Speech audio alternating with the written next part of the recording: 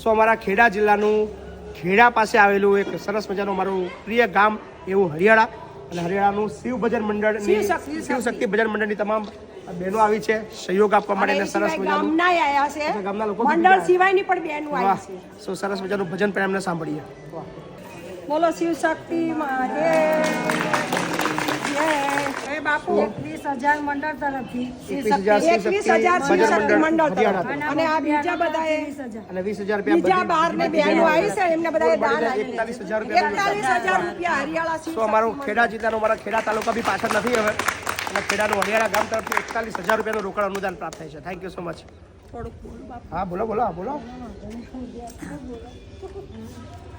પરમ પૂજ્ય બાપુ શ્રી મહિપતસિંહ બાપુ, આજે હું દરેક ભાઈઓ બહેનો તથા મારા આખા ખેડા જિલ્લા તથા આખા મારા ભારત દેશને કહું છું કે આજે ભગવાન કૃષ્ણ જ્યારે જન્મ્યા ત્યારે એ પણ એક મનુષ્ય રૂપમાં જ જન્મ્યા હતા.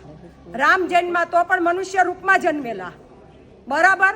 એવી જ રીતે ભગવાને આજે આપણી વચ્ચે જે ભગવાને મોકલ્યા છે એ એક શરીરથી જ મહિપતસિંહ બાપુ છે, બાકી આત્મા છે એ કૃષ્ણ પોતે જ છે.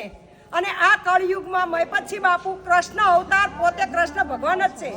અને ભગવાન ભોળાનાથ એમને બહુ જ શક્તિ આપે, અને ભગવાન એમને આવીને આવી ઘરડા માવતરની, અનાથ બાળકોની બધાની સેવા કરવાનો મોકો આપે. અને બાપુને એટલું કહું, જ્યારે કોઈ પણ કામમાં જરૂર પડે તો અમારા હરિયાળા શિવ શક્તિ મંડળને ફોન કરજો, અમે બહેનું તમને સાથ આપશું. અમારા જોગું કામકાજ ચોક્કસ